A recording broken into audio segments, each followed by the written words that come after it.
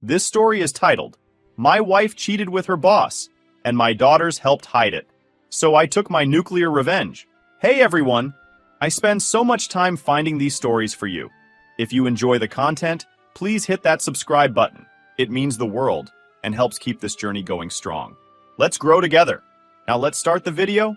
OP starts by saying, I'm not even sure why I'm writing this. Maybe to vent, maybe to get it out of my system, maybe to make sense of it all, because right now, my life feels like it's been ripped to shreds and I can barely keep it together. I just need to tell someone, even if it's strangers on the internet. For almost 30 years, I thought I had the kind of life most people dream about. I married my wife, Jane, when we were young. She was 20, I was 22. We were broke as hell back then, but we were happy. We built a life together from scratch. Raised 2 daughters, Alice and Maddie. They were everything to me, my pride and joy. Alice, my oldest, is 26. She's always been the overachiever. Valedictorian in high school, graduated top of her class in college, and now she's getting married this fall to her longtime boyfriend. Maddie is 24, my youngest. She's always been the more carefree one. She's sweet, always quick to smile, and she's been really close to me since she was little. I'd always thought I had a great relationship with both of them. Jane and I had a good marriage, or at least that's what I thought. Sure, we had our ups and downs, like every couple. Financial struggles when the kids were young, arguments here and there, health scares. But through it all, we stuck together. I thought we were a team. I really believed we'd grow old together, that we'd be that old couple sitting on the porch, laughing about the crazy days when we were young. I loved her with everything I had. Last week, everything came crashing down. It was just a regular weekday. Jane told me she was going out for dinner with Alice and Maddie. They do this pretty regularly, every couple of weeks. Girls' dinner, they call it. It's their time to catch up, laugh, and share things they don't want to talk about with me. I never minded. In fact, I loved that they were close. It made me proud as a husband and father, like I'd done something right in raising a family that loved each other so much. That night, Jane was getting ready upstairs. I was in the kitchen, sipping coffee and scrolling through the news on my phone. I remember it so clearly. Her phone buzzed on the counter. It wasn't unusual. She gets messages from the girls all the time, especially when they're organizing plans. Without thinking, I picked it up. I'm not proud of what I did next. I didn't have any reason to be suspicious, but for some reason, I opened the message. It was from an unsaved number. Can't wait to see you tonight. I froze. My first reaction was confusion. This couldn't be right. It had to be a mistake, or maybe it wasn't what it looked like. I stared at the message for what felt like forever, my mind racing. Finally, I tapped on the thread to see the rest of the conversation. What I found destroyed me. The messages weren't long, but they didn't have to be. They were enough to tell me exactly what was going on. The texts were from her boss. They were meeting for dinner, and it was obvious this wasn't a business dinner. The tone of the messages was flirty, affectionate. There were texts from earlier that week. I miss you. Once a week isn't enough. Jane had replied, I miss you too. My stomach turned. My heart started racing. My hands were shaking so much I almost dropped the phone. This was my wife. The woman I'd built my life with, the mother of my children. She was having an affair. I didn't know what to do. Part of me wanted to march upstairs and confront her right then and there, but I couldn't. I was in shock, trying to process what I'd just seen. I needed more information. I needed to be absolutely sure. A few minutes later, Jane came downstairs. She was dressed up, looking beautiful as always. She smiled at me, kissed me on the cheek, and said, Don't wait up, okay? Her voice was so casual, so warm, like everything was normal. I don't know how I kept it together, but I managed to say, Have fun with the girls. As soon as she walked out the door, I grabbed her phone and turned on location sharing. I'd never done anything like that before. I'd never felt the need to spy on her or anyone else. But in that moment, I didn't care. I needed to know the truth. I sat there for a while, staring at my own phone, waiting for her location to update. When it finally did, my heart sank even further. She wasn't heading to the restaurant where she and the girls usually met. She was going somewhere else, a place we'd been to many times as a family. I texted Alice and Maddie, What time are you meeting Mom for dinner? Both of them responded almost immediately. Alice said, 7 o'clock, can't wait to see her. Maddie said something similar. They were lying. My own daughters were lying to me. I couldn't believe it. I didn't want to believe it. But at that moment I knew. Jane wasn't the only one betraying me. My daughters were part of it too. I waited a little longer, watching Jane's location. She arrived at the restaurant. I grabbed my car keys and drove there, my heart pounding the whole way. When I got there, I parked outside and looked through the window. It didn't take long to find her. She was sitting at a table near the back with her boss. They were holding hands, laughing, completely unaware that I was watching them. It felt like a knife in my chest. I pulled out my phone and snapped a picture of them. I don't even know why I did it. Maybe to prove to myself that it was real, that I wasn't imagining things. Then I drove away. As I sat in my car, staring at the picture of my wife with another man, I felt a wave of emotions. Anger, sadness, disbelief. I didn't know what to do. I didn't know how to face her, how to confront her. So, I didn't. Not yet. Instead, I opened our family group chat and sent the picture. Just the picture, with a simple caption. Period. Glad you're enjoying girls' dinner. Then I turned off my phone and drove to my brother's house. I didn't want to deal with the fallout yet. I couldn't. I wasn't ready. That night, I lay awake in my brother's guest room, staring at the ceiling, trying to understand how my life had fallen apart so quickly. I'd always thought of myself as a good husband, a good father, but now I wasn't so sure. Everything I thought I knew about my life, my marriage, my family, felt like a lie. I didn't go home that night. I couldn't. After I sent that photo in the family group chat and turned off my phone, I drove aimlessly for a while before finally pulling into my brother's driveway. It was late, but he let me in without asking too many questions. He could tell something was wrong, though. I guess it was written all over my face. I didn't tell him the full story then. I just said I needed a place to crash for the night. He offered me a beer, but I wasn't in the mood. I just wanted to be alone. I spent the night on his couch, staring at the ceiling, unable to sleep. My mind was racing, trying to process everything that had happened in the past few hours. I kept replaying the moment I saw them together in the restaurant. The way Jane smiled at her boss, the way they leaned in close to each other, holding hands like two teenagers in love. It made me sick. How long had this been going on? How had I been so blind? And then there was Alice and Maddie. The way they lied to me so casually, like it was nothing. I raised them to be honest, to have integrity. Yet, here they were, helping their mother cover up an affair. It felt like a betrayal on a completely different level. The next morning, I finally turned my phone back on. It immediately lit up with notifications. Texts, missed calls, voicemails. Jane had called me dozens of times. Alice and Maddie had texted me as well. I didn't have the strength to read everything at once, so I skimmed through. Jane's messages were what I expected. Please call me. I can explain. It's not what you think. We need to talk. I didn't listen to her voicemails. I couldn't bring myself to hear her voice. I knew it would just make me angrier. Maddie's messages hit differently. She sent me wall after wall of texts, apologizing profusely. Dad, I'm so sorry. I never should have lied to you. I hate myself for what I did. Please don't hate me. Can we please talk? I'm so scared I've ruined everything. She even had her boyfriend text me. Hey, this is Josh. Maddie's really upset and having a panic attack. She's scared you'll never forgive her. Please call her. I didn't reply to her either. I didn't know what to say. Alice, on the other hand, was a different story. Her text was short and cold. Dad, I'm sorry you found out this way, but I think you're overreacting. Don't throw away a good marriage over one mistake. Overreacting? One mistake? My blood boiled. This wasn't just a mistake. This was a full-blown betrayal. Not only by Jane, but by Alice and Maddie too. They lied to me. They helped their mother cover up something that completely shattered our family. I couldn't help but think about all the times they must have lied to my face. Every time I asked about their plans and they told me they were going to dinner, knowing full well what Jane was really doing. Every time they smiled at me, acting like everything was normal, all the while hiding the truth. I spent most of the day stewing in my own anger and heartbreak. My brother tried to talk to me, but I wasn't ready to open up yet. I needed time to sort through my thoughts. By the afternoon, I decided I couldn't let this go without saying something. I started by texting Maddie. I kept it short. Period. Maddie, I love you, but what you've done has hurt me deeply. I need space to figure things out. She replied almost instantly. I'm so sorry, Dad. I'll never forgive myself for this. I love you so much. I didn't respond. Then I texted Alice. Period.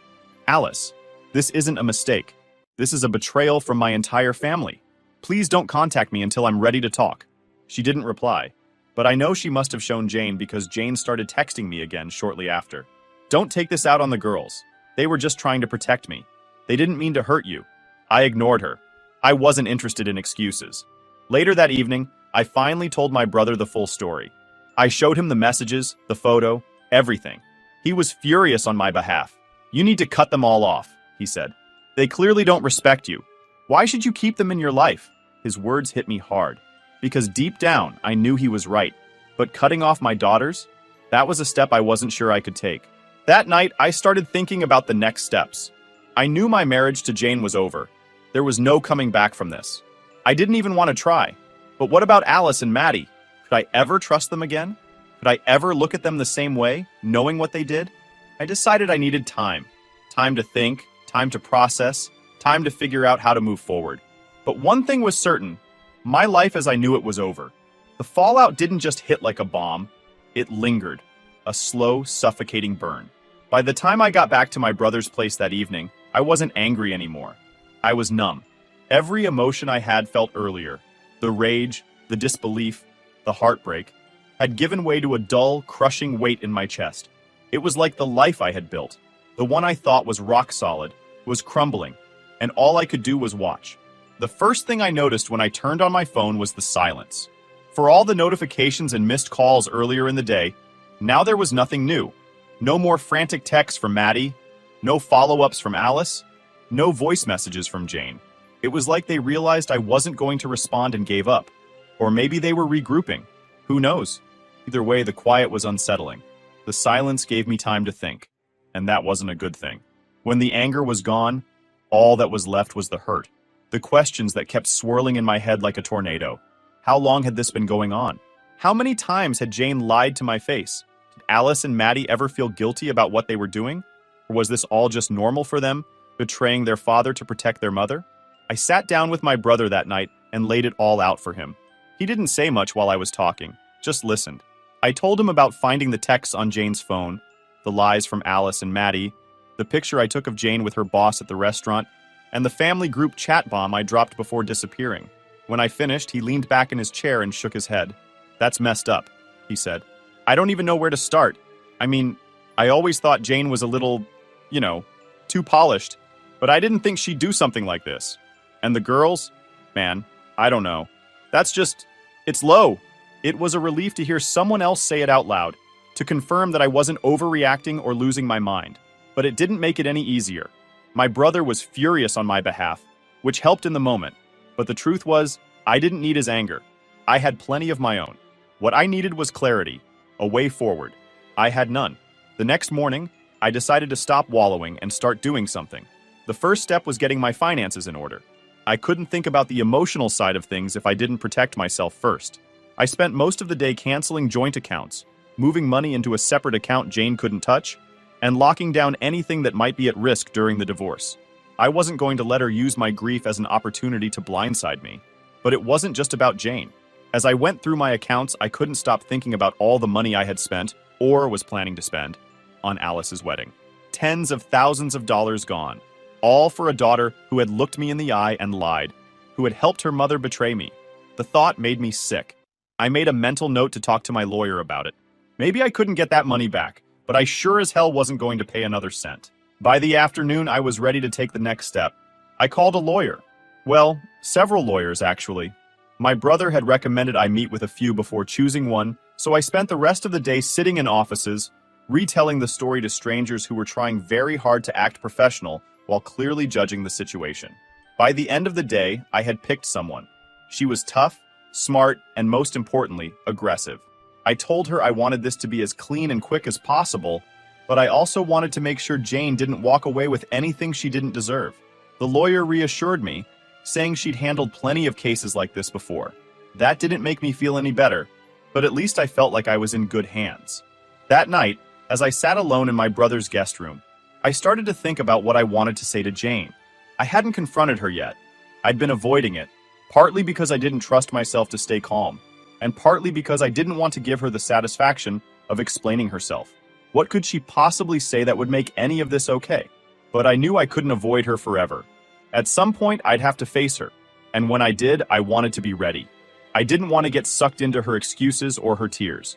I needed to stay focused, to remind myself why I was doing this. I wrote down everything I wanted to say, every question I wanted to ask, every point I wanted to make. I didn't know if I'd actually use it, but writing it down helped. It made me feel like I had some control. Like I wasn't just a victim in all of this. The hardest part, though, was thinking about Alice and Maddie.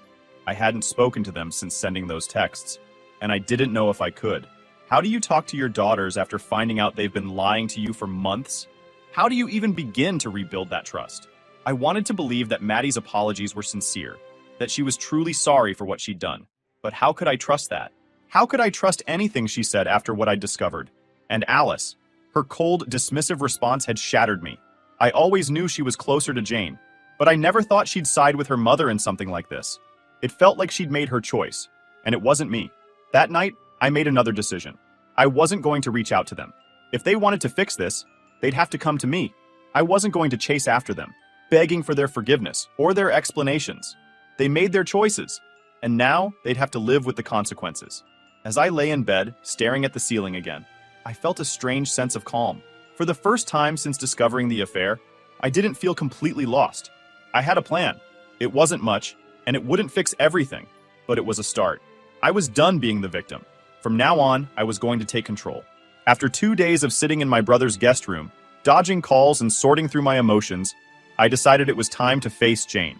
Avoiding her wasn't going to change anything, and I had things I needed to say, things she needed to hear.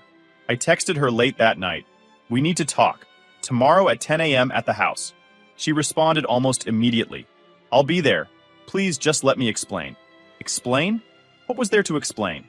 I wasn't interested in excuses or half-hearted justifications, but I didn't reply. I figured I'd save it for when we were face to face. The next morning, I got up early and drove to our house. As soon as I walked through the door, I was hit with a wave of nostalgia and bitterness.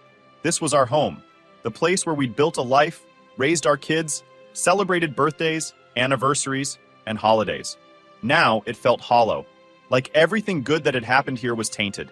Jane showed up right on time. She walked in nervously, her eyes red and puffy like she'd been crying for days. She was holding her phone in one hand like it was a shield, and I noticed she wasn't wearing her wedding ring. That detail stung more than it should have. "Thanks for agreeing to meet," she said softly, standing just inside the door like she was afraid to come any closer. "Don't thank me," I said. My voice came out colder than I expected. "I'm not here to make things easier for you." That set the tone for the conversation. We sat down at the dining room table, the same table where we'd shared countless family dinners. She started talking right away, saying all the things I'd expected her to say. It wasn't serious. It didn't mean anything. It was a mistake. She kept repeating herself, cycling through the same tired lines, like if she said them enough, they'd start to sound believable. "Stop," I said finally, cutting her off. "I don't want to hear excuses, I want answers." She looked at me confused. "What do you mean? How long?" I asked. She hesitated. "A few months. Try again." Her face crumpled and she whispered, "Almost a year." I clenched my fists under the table, trying to keep my anger in check. A year. An entire year of lies. How many times had she smiled at me, kissed me, told me she loved me, all while sneaking around behind my back? "And the girls?" I asked. "How long have they known?" Jane winced, her eyes darting away. "Not the whole time.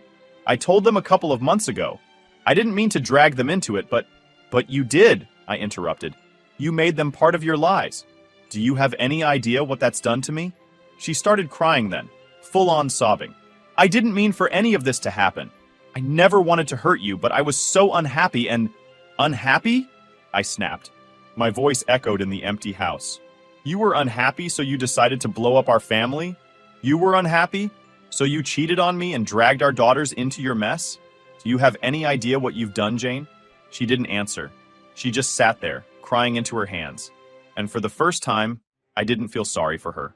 "You've ruined everything," I said quietly. "Not just our marriage, but my relationship with Alice and Maddie.